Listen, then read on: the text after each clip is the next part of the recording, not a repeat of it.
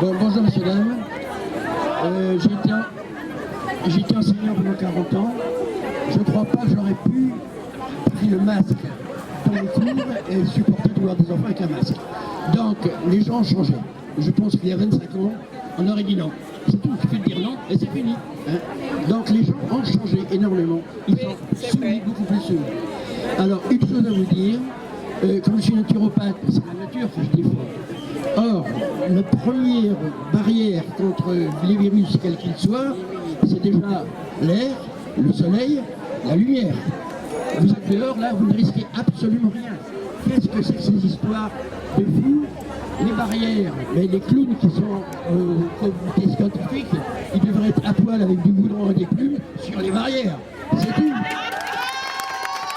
Parce que ce sont des clowns. Hein. En fait, on assiste à une mutation qui va se faire.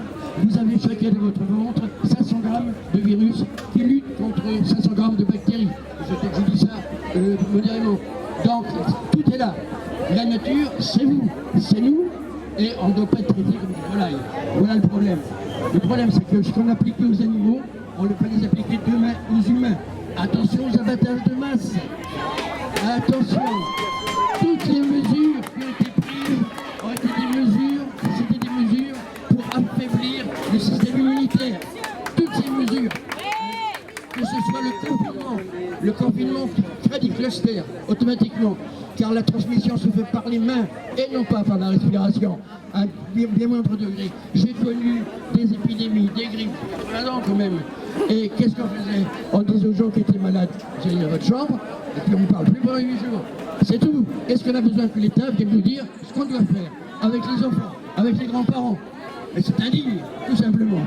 On nous prend vraiment pour des volailles et on est traités comme des volailles. Je sens un frémissement et je suis bien que vous vous réveillez. Je me sens déjà un petit peu mieux. Merci. Moi je voulais vous dire, on va se quitter, ne nous laissons pas endormir par les arguments qui viennent de métropole et qui nous disent ça ne fait rien aux enfants, ça se passe bien. En fait, ça va bien dans les classes, c'est pas grave. Alors déjà bien sûr, ils ont la fraîcheur de l'hiver, mais en plus c'est vrai que les enfants s'adaptent, c'est vrai. Mais ils s'adaptent à quoi? À de l'hypoxie, à moins d'oxygène. Alors leur cerveau se développe moins, leur corps se développe moins. Et en plus, le cerveau est notre plus grand consommateur d'oxygène. Alors il prend l'oxygène pour lui, l'oxygène qu'il leur reste. Et donc c'est le reste qui se développe moins. Et le neurone qui meurt. Et ça, il y a des études, même si je ne peux pas dire lesquelles, je sais. Le cerveau a besoin d'oxygène. Et si les enfants s'adaptent, et donc se développera moins. Ne baissez pas les bras.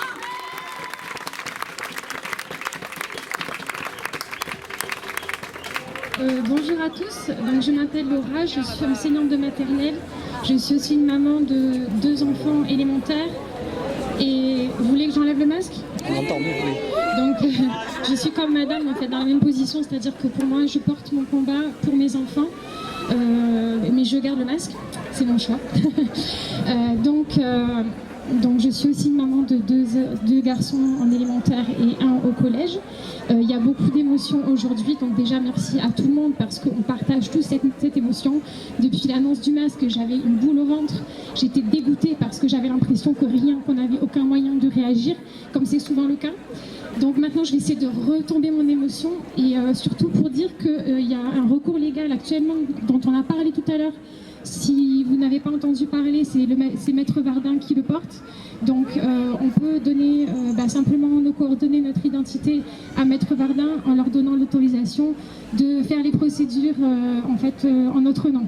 Je crois qu'il y a une centaine de personnes pour l'instant. Donc voilà, j'essaie de retomber de cette émotion-là pour qu'on soit aussi dans l'action parce qu'on a la loi derrière nous. La loi est avec nous, on n'est même pas hors la loi. C'est-à-dire que nos enfants actuellement, si on suit bien les textes, je ne vais pas reciter tous les textes ici, c'est sur le groupe sur Facebook, mais en tout cas, on a la loi avec nous et on ne doit pas baisser les bras. Et jusqu'à ce que on gagne, il ne faut pas s'arrêter. Merci. J'en profite pour expérience personnelle pour remercier, j'espère que ce sera diffusé ou tout ça, les instituteurs qui ne suivent pas les instructions. Moi j'ai une toute petite fille de 3 ans et demi, ma crainte première c'était que l'institutrice soit masqué toute la journée et que ça ralentisse son instruction et son apprentissage. Il y a des instituteurs, des professeurs qui ne respectent pas, qui pensent comme nous, il ne faut pas les oublier, il ne faut pas incriminer tout le monde. Merci. Et voilà. Bah, si vous voulez prendre la parole, vous ne l'avez pas fait, je crois. Et c'est important aussi de penser à eux parce que je pense qu'ils sont dans une position qui n'est pas du tout facile. Donc je remercie énormément ceux qui ont le courage d'enlever leur masque au cours de la journée pour que nos enfants continuent à apprendre dans des conditions un peu normales.